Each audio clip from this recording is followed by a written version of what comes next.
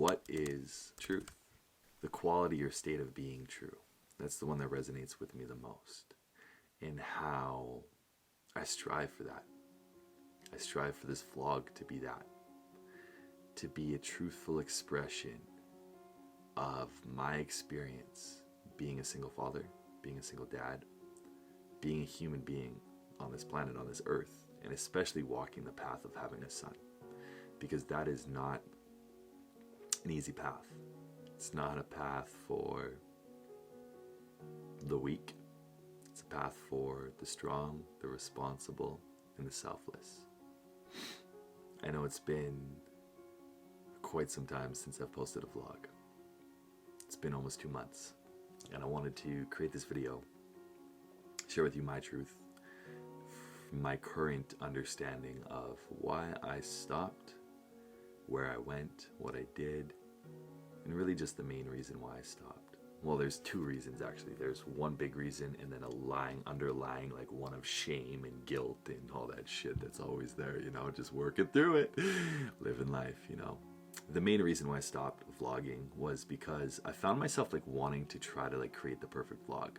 And I would do things with Lincoln, like we'd go and climb a mountain, which you guys didn't even get to see. Like I went and climbed Mount Wells with Lincoln in Victoria when I was in Victoria. I'm in Grand Prairie now. And it was almost like I was like, when I'm filming a vlog, it's kind of like put together. It's kind of fake in some ways. Like we have to like film and go backwards and walk. Like it's its own process. It's its own thing. I can't just be there experiencing the moment with Lincoln. I can't just be on a hike experiencing the hike and experiencing nature. I'm thinking about filming. It's like its own experience. And I really wanted to take a break from that. And I really just wanted to be with Lincoln. And that honestly has been such a blessing. Like over the course of the past 2 months that I've been in Grand Prairie, 3 months actually that I've been in Grand Prairie, we've explored, we've went hiking, we've done a ton of alpine hikes. Like he's went into the alpine multiple number of times, which is beautiful. Like he's 4.5 years old and he's doing 12-kilometer hikes already. We're gonna be camping up there soon, but like we're doing lots of that stuff. We're doing lots of different adventures, swimming in lakes, going to lakes, hanging out at beaches, just really enjoying ourselves. And it's something that I really missed, because the whole purpose and intention of this vlog was to create a video from that space of like me and Lincoln, we're gonna go do things, we're gonna go hang out, we're gonna go be together. And I want the vlog to capture that. I don't want to do things for the vlog. I don't want to make videos. Like I don't want to like make a video. I want our lives to be captured, and that is the video.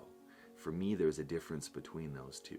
A very big difference. It's like one, I'm trying to make videos, and the other one, I'm just living life. Gandhi said, my life is my message. And that is something that has deeply resonated with me for quite some time, is my life is my message.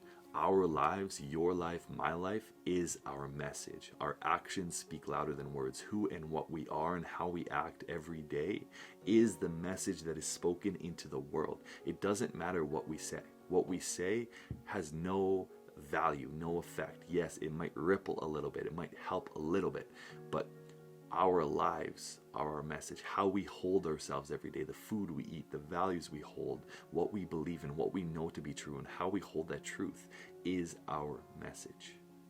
And that is beautiful.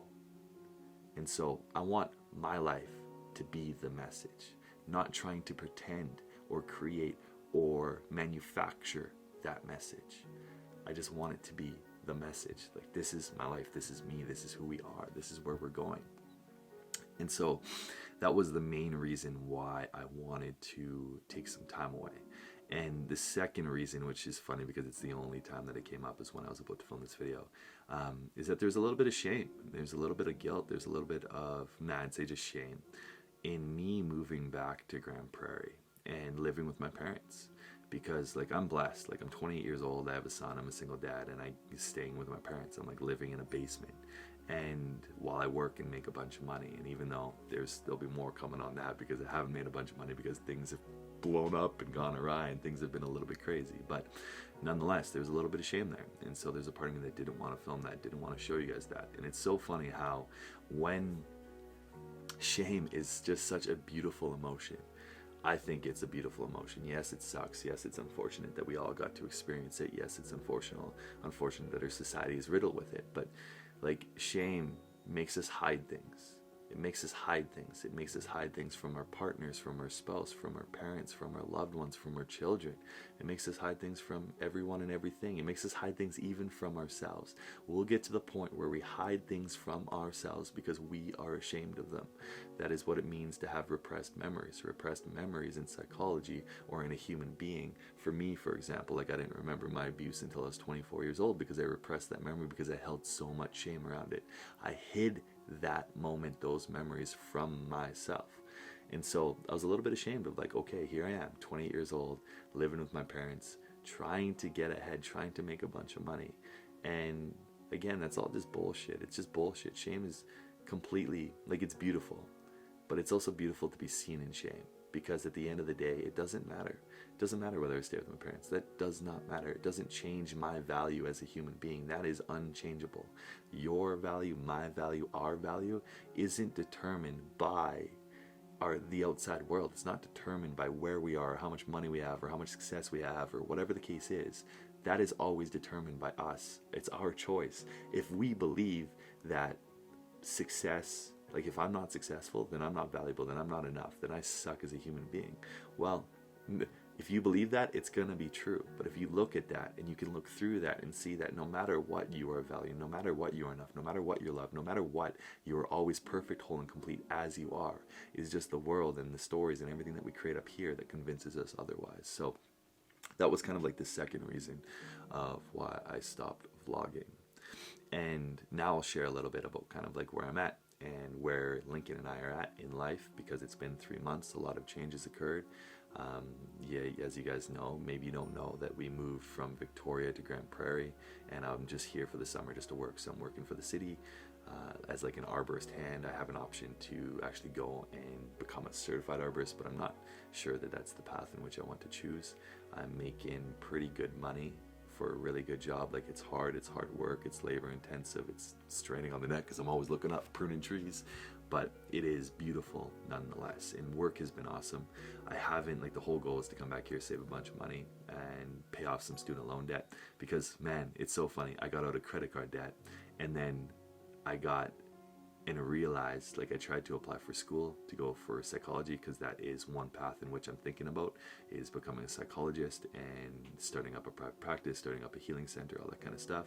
And I ended up going to apply for school, and they said that you cannot come to school, and I was going to take student loans to help me, and they're like, you can take student loans because you have a current student loan out. And that blew my mind, because as a kid, like, I was so oblivious. I was so oblivious as a young 18-year-old kid. Like, I never got taught about money. I never got taught about anything, to be honest. I was really just surviving.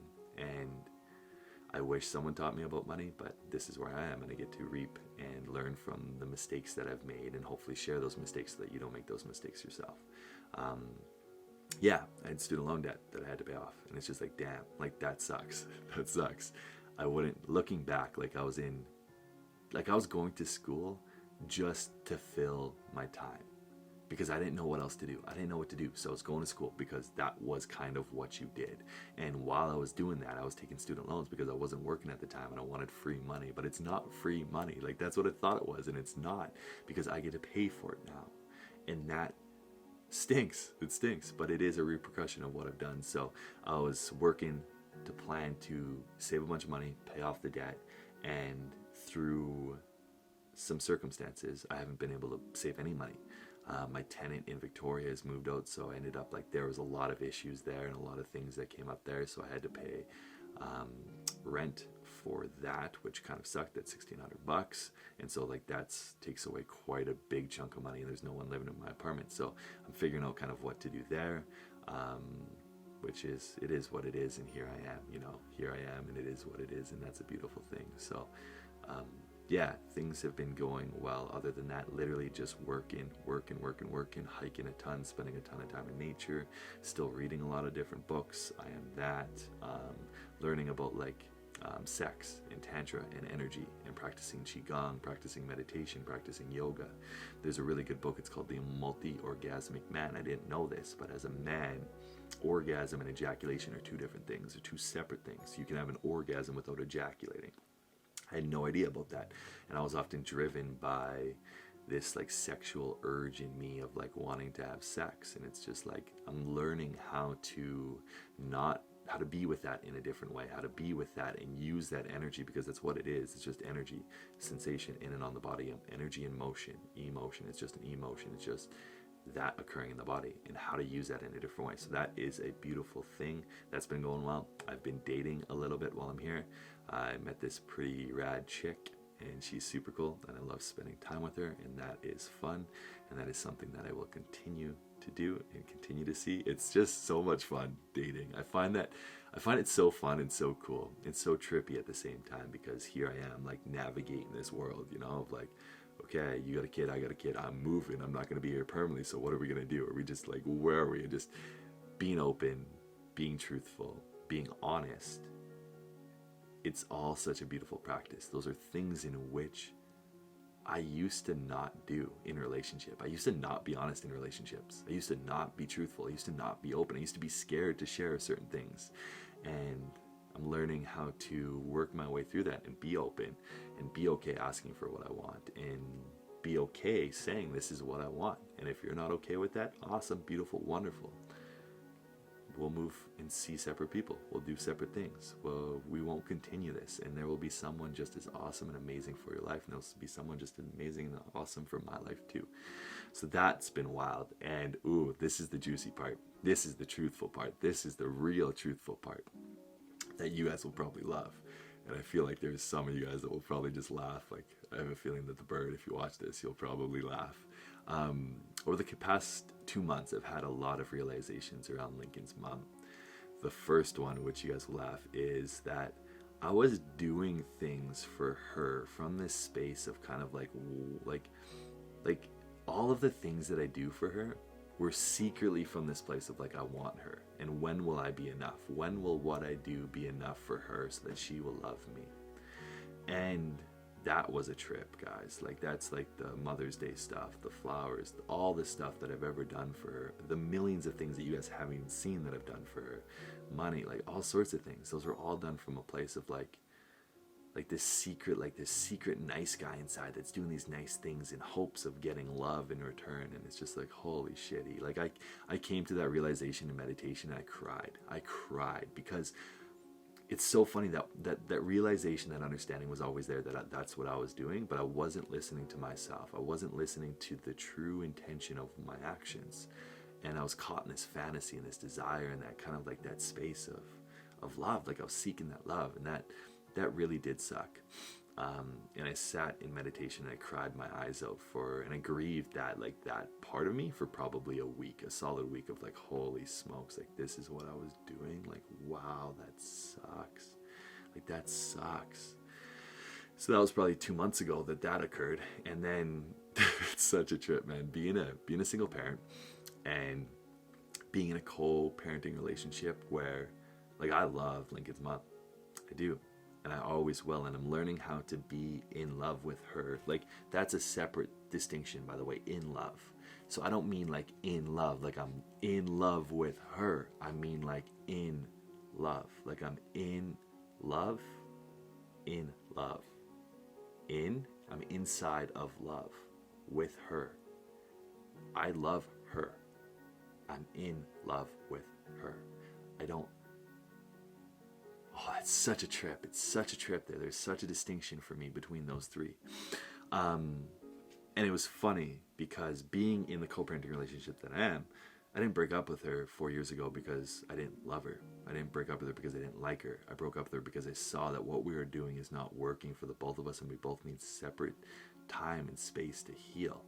And that's exactly what I did. As soon as I broke up with her, man, I went on this huge journey and I spent $40,000 investing in myself, into coaches, therapy, workshop, men's groups. I was flying around the world. I was seeking mentors. I was like leading workshops. I was doing all sorts of different shit because I just wanted to feel whole, because I didn't feel whole throughout my whole life. I didn't feel whole. I was always seeking something to fill a void. But to be in that space of like, I appreciate her a ton and I love her. and to not be in a relationship with her in that space of like, it's kind of trippy for me. It's really trippy, and I'm learning how to be with that because I just spent time with her this last weekend in Kamloops, and I had feelings for her. Like, I had feelings for her, and I definitely, there was a part of me that saw a life being created with her, and that is such a trip to go on. And it was funny because yesterday, actually last night, I had a conversation with her in which I shared that with her, and I asked her on a date. I asked her to go on a date, and she said no. And that's a beautiful thing because she's not at that spot. She's at a spot where she's just beginning to fall in love with herself. She's just beginning to be okay with her. And man, that was the most beautiful thing I've ever heard. Like, that's what I want for her. I don't care if I'm not attached to her being with me. That was just how I was feeling and the thoughts that I had. And I took a risk and I acted on that risk. And it didn't go as planned. And so that's cool because now I get to let go of the idea that I want to be with her. I get to continue to open up to the other ways in which my life could be. And that's beautiful. Like, it's so funny because like when she said that, like, I wasn't heartbroken. I didn't feel a sense of rejection.